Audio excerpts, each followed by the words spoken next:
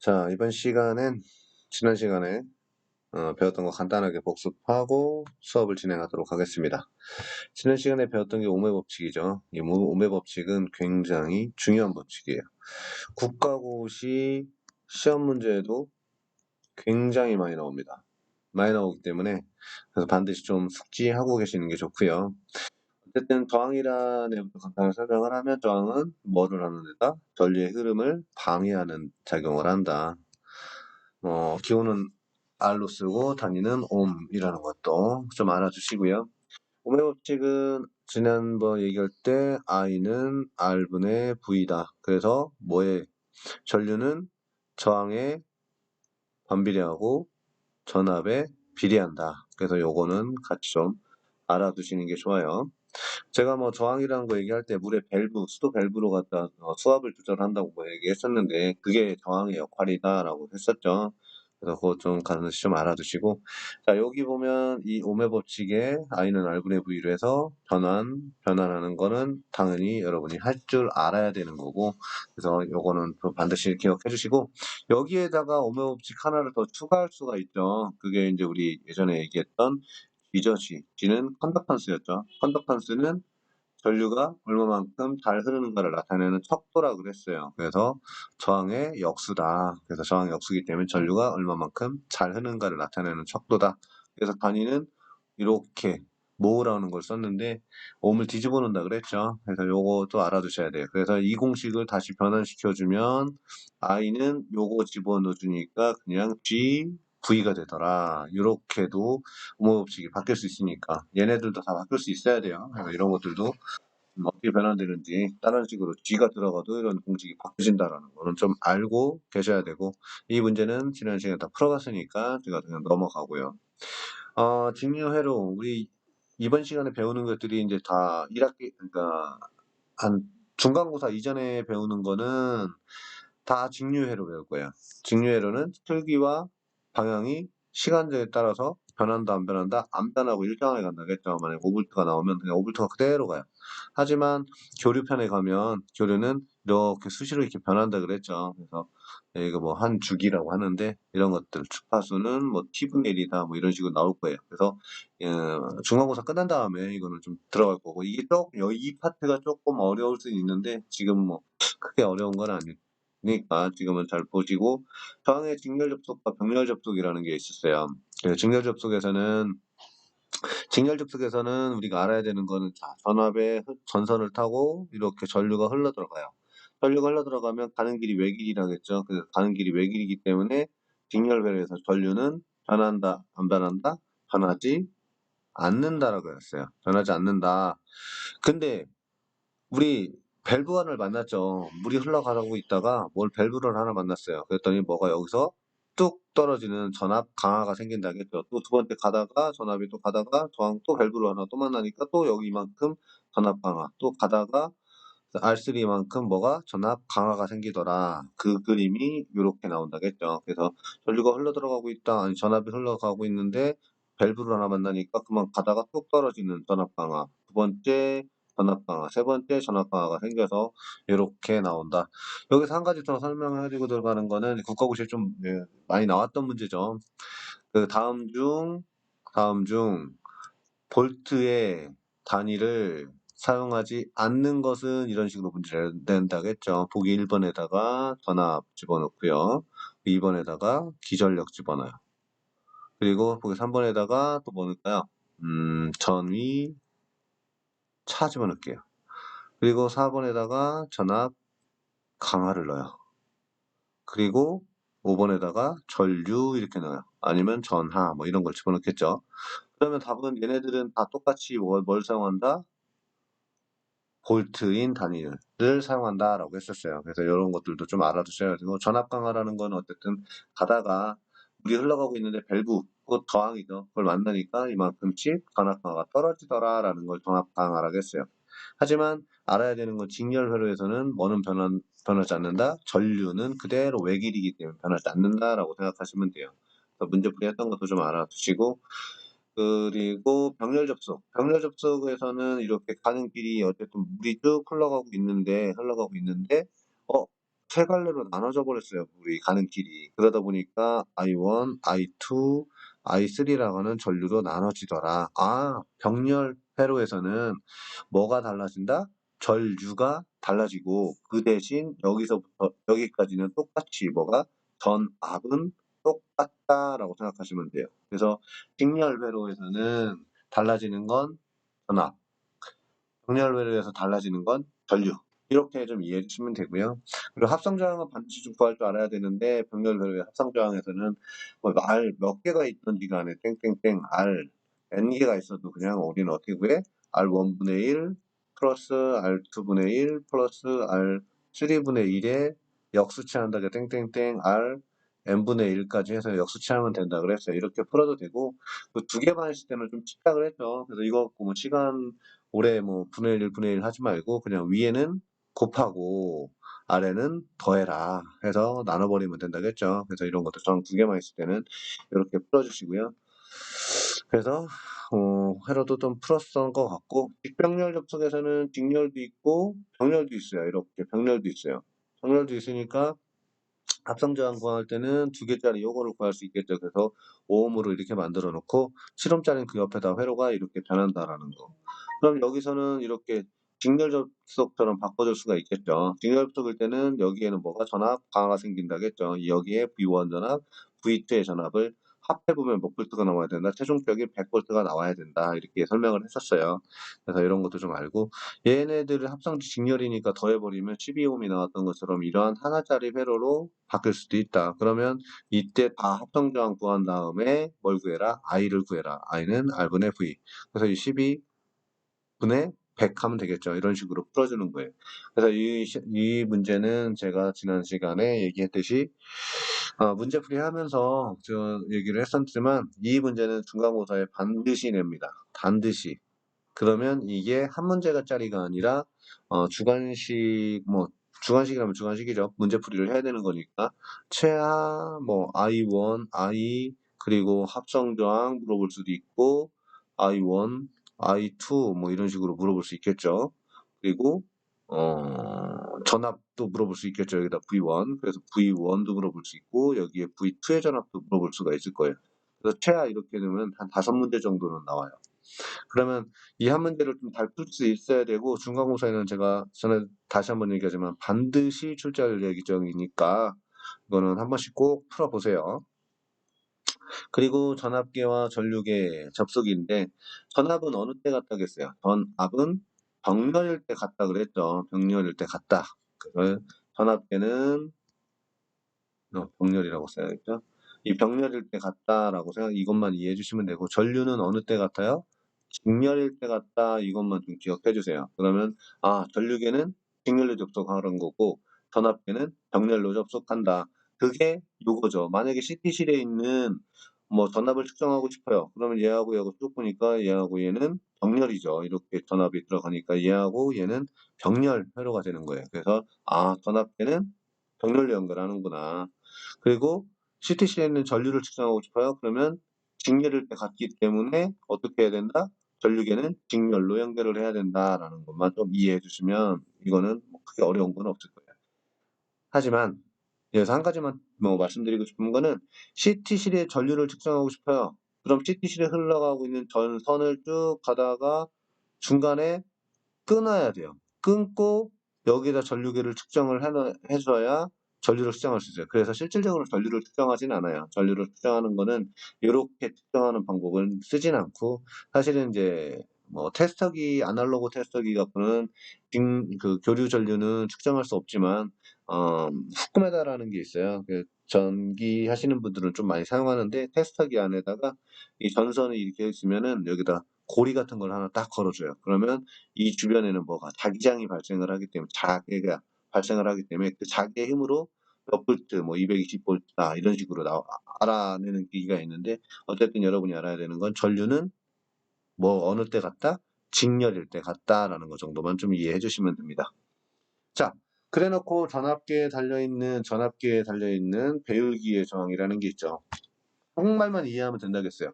한국말 중에 배를 한다는 얘기는 높이겠다는 얘기죠. 그래서 배율기의 저항값은 커야 된다라고 했어요. 그래서 RM이라고 하는 이 배율기의 저항은 뭐를 만들기 위해서 전압 강화를 크게 하기 위해서 배를 한다. 그래서 크게 만들어 준다라는 것만 좀 이해해 주시면 돼요.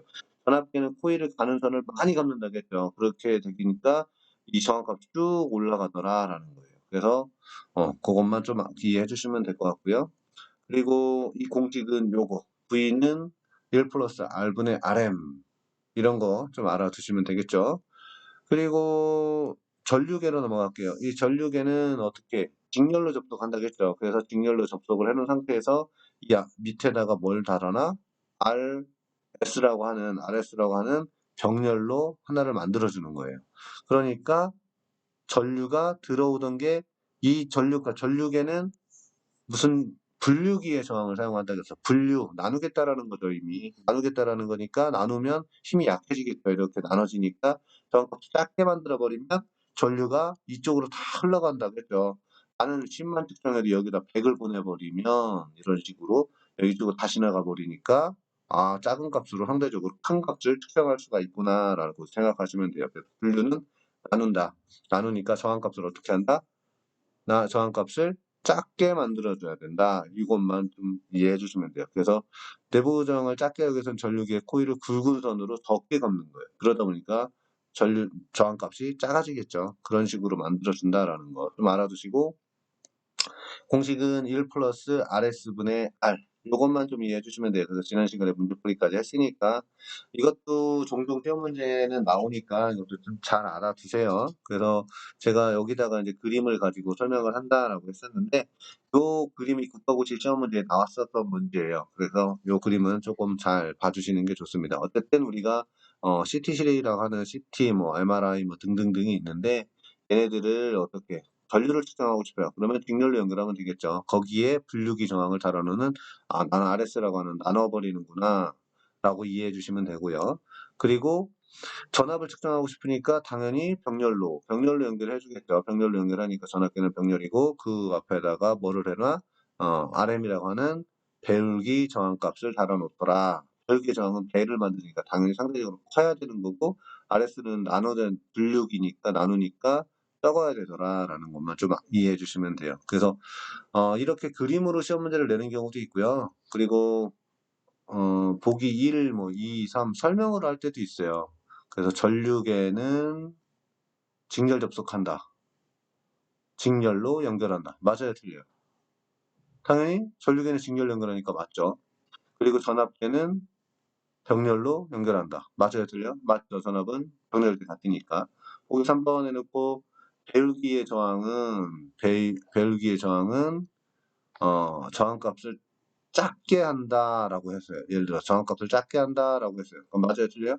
당연히 틀리겠죠. 제가 한국말만 이해한다 그랬죠. 배율기의 값은 배를 한다니까 저항값을 크게 해야겠죠. 그래서 가는 코일을 여러 번 많이 감는다겠죠. 이런 것들을 식으로 문제가 나오니까 그것은 좀 알아두시고, 분류기 하나만 더 설명하면 분류기는 아까 나누겠다라는 거죠. 저항값을 작게 한다. 그럼 이거는 맞겠죠. 그래서 분류기의 저항값은 큰 코일을 듬성듬성 감아 놓으니까 분류기의 저항값은 작아지더라. 그래서 이렇게 다 회로가 지나가는 이러한 것들이 나오더라라고 했어요. 그래서 이런 식으로 시험 문제가 국가고시에서도 그림으로 나올 때도 있고 이런 설명으로 말로 나올 때도 있으니까 그거는 조금 잘 이해해 주시기 바랍니다. 자, 그러면 이제 본격적으로 이번 시간에 할 내용을 볼게요. 이번 시간에 할 내용은 얘는 키레이어프의 법칙이에요. 키레이어프의 법칙은 뭐냐라는 거죠. 키레이어프의 법칙은 전류 법칙과 전압 법칙으로 나눠져요. 그래서 키레이어프의 법칙을 보면 간단한 회로의 계산은 오메 법칙을 사용해서 쉽게 풀이를 해요. 그런데 많은 수의 기전력과 즉 복잡한 회로가 있어요. 전기 회로들이 좀 복잡합니다. 그 복잡한 회로를 오메 법칙을 조금 발전시킨 게 키레이어프의 법칙이에요. 그래서 키레이어프의 법칙은 제1법칙과 제2법칙으로 나눠진다. 이 정도만 알아두면 되고, 여러분이 알아야 되는 거는 제1법칙이 뭐다? 제1법칙은 뭐고 제2법칙은 뭐다라는 것 정도만 알아두시면 돼요. 여기가 들어오면 제가 설명을 하다 보면 여러분이 연립방정식 풀고 책에서도 딱 보면 전류를 계산하는 순서는 다음과 같다. 이런 식으로 설명이 나와요. 근데 연립방정식을 풀어줘야 되는데 그 연립방정식 여러분 풀이해주지 않겠습니다. 제가 이거 예전에도 해봤는데 연립방정식 풀다 보면은 학생들이 대부분 다 포기하고 들어가요. 그래서 저는 연립방정식 그냥 풀이를 국가고 시험 문제에도 안 나오고요. 그런 거는 크게 중요치 않으니까 그냥 여러분들한테는 제일법칙은 우리가 뭐라고 하냐? 제일법칙은 전류법칙이라고 해요. 그래서 필립 앞자만 따서 KCL이라고 해요. 그 KCL은 전류법칙이다. 라는 것만 좀 알아두시고요. 임의의 접합점에서 이 점에서 봤을 때 유입 또는 유출되는 전류의 대수합은 뭐다? 0이다라는 거예요. 자, 생각해보면 I1이 이렇게 들어오고 있죠. 들어오니까 플러스로 넣는 거예요. 그리고 I2는 이렇게 보니까 나가고 있어요. 그래서 마이너스로 넣는 거고 I3는 다시 들어오고 있으니까 또 플러스로 넣고 I4는 어떻게 들어오고 있으니까 다시 또 플러스로 넣는 거예요. 그리고 이 점에서 I5는 어떻게 되고 있어요? 나가고 있죠. 나가고 있으니까 마이너스. 이것들의 대수의 합은 뭐다? 결론적으로 0이다라는 거예요. 그래서 그걸 다시 풀어보니까 대수의 합은 시그마라고 이렇게 표현하는데 시그마 i는 0이다 이렇게 표현을 해요. 그래서 킬리프의 제1법칙은 전류법칙이고 임의점에서 바라봤을 때 이입되고 유출되는 전류의 합은 뭐다? 0이다. 요거 정도만 이해해 주시면 됩니다. 그렇게 어렵지 않아요. 제2법칙은 전압법칙이에요. KVL이라고 해요. 그래서 KVL은 회로망에서 이미 한 점에서 기전력의 대수의 합은 그 회로의 각부에 흐르는 전류와 저항과의 곱의 대수의 합과 같다. 이게 무슨 얘기냐면 이거예요, 사실은. V는 I, R. 얘네들이 합한 거는 얘라는 얘기거든요. 근데 이거를 조금 기전력이라고 표현하니까 V를 다른 공식으로 E라고 바꿉니다. E는 같은 말이에요. V라고 해도 되고 기전력 E라고 해도 돼요. E는 I, R이다 이 얘기거든요. 그게 자, 기전력의 대수의 합은 이거의 대수의 합은 그 회로에 흐르는 전류와 저항의 곱에 비례한다라는 얘기예요. 그래서 이 공식을 만들어주면 요거예요. 그래서 우리가 이 공식을 만들어 준 거를 다시 한번 보니까 임의점에서 바라본 거니까 여기 전체 요전압이 있죠. 그래서 시그마 E는 뭐다? 시그마 I R이다 이렇게 표현을 하는 거예요. 그래서 우리는 여러분들은 그냥 키르케의 법칙은 제1법칙과 제2법칙은 나눠지고 제1법칙은 전류법칙이고 제2법칙은 전압법칙이다 라는 것 정도만 이해해 주시면 됩니다. 알겠죠? 그래서 시그마 E는 시그마 IR이다. 그걸 가지고 우리가 풀어본 게 요거예요, 사실은. 이 회로를 가지고 풀어보면 뭐 간단하게 한번 보고 들어갈게요. 임의점이 여기에요. 임의점에서 바라보고는 전류는 어쨌든 간에 전압을 이쪽 플러스에서 마이너스로 들어가니까 이렇게 흘러 들어오고 있어요. 그리고 여기 얘도 5V짜리도 이렇게 전류가 흘러 들어오고 있어요. 그럼 여기도 들어오고 있고 여기도 들어오고 있고 여기도 들어오고 있네요.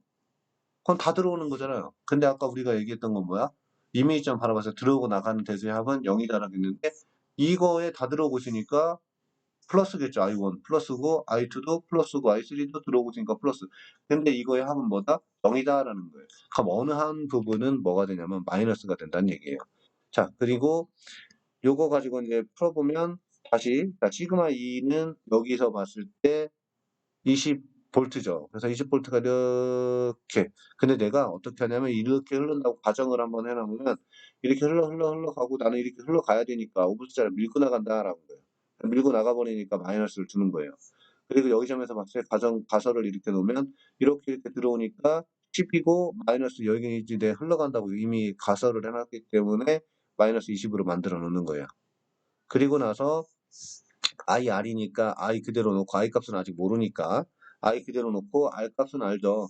그래서 여기가 이렇게 가정했으니까 이렇게 흘러 들어가니까 얘는 마이너스였죠. 마이너스 5 I1 플러스 이렇게 도니까 이렇게 돌고 있으니까 다시 이렇게 돌고 있으니까 얘는 이렇게 반대 방향이니까 마이너스 9를 붙여준 거고 얘는 플러스죠. 이렇게 들어오니까 이렇게 흘러가고 제대로 들어가니까 플러스 20i라고 넣는 거예요. 그리고 여기 또 이렇게 이 방향에서 봤을 때 여기는 반대 방향이니까 마이너스 9를 붙여놓고 10은 제대로 돌아가니까 플러스를 넣는 거예요. 그래가지고 요거를 연립방정식을 풀어보면 I1, I2, I3를 구할 수가 있습니다. 근데 연립방정식 이거 연립방식 풀어야겠죠. 근데 연립 방식은 제가 전에도 얘기했지만 시험 문제도 나오지도 않고 연립 방식 찾아보면 여러분들 지치더라고요. 그래서 굳이 안 하겠습니다. 답은 알려줄게요. I1은 뭐냐? 마이너스 7분의 5고 I2는 7분의 4, I3는 7분의 1이에요.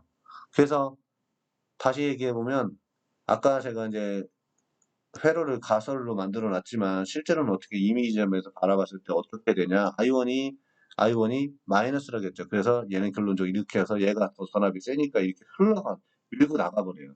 실제로 늘어오는 게 아니라 마이너스가 돼가지고 밀고 나가버리더라. 그리고 나서 I3 한번 볼게요. 10V짜리 이렇게 건데 여기가 더 세죠. 그러니까 세니까 더 못 들어가고 어디로 가? 이쪽으로 지나가 버리는 거예요. 회로가 이런 식으로 만들어지더라. 그래서 실제로 이런 회로는 만들 수도 있는데 이거 키르이프의 법칙으로 적용을 시켜준 거기 때문에 다시 복습하고 들어가면 키르이프의 제1법칙은 전류법칙 KCL, 제2법칙은 KVL. 그래서 시그마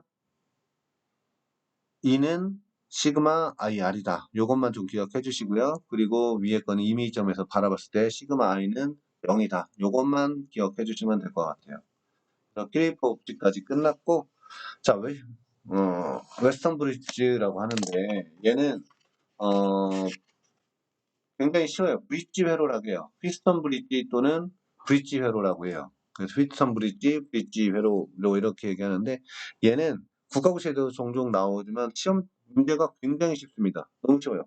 그래서 세 개의 저항값을 알고 있어요. 내가 세 개의 저항값을 알고 있는데, 미지의 저항, 네 개의 저항 중에 세 개를 알고 있으니까 하나만 구할 수 있다라는 공식이거든요. 그래서 이미, 미지의 저항값을 측정을 하기 위해서 브릿지 회로라는 걸 사용하는데 이 브릿지 회로가 이렇게 생겼어요.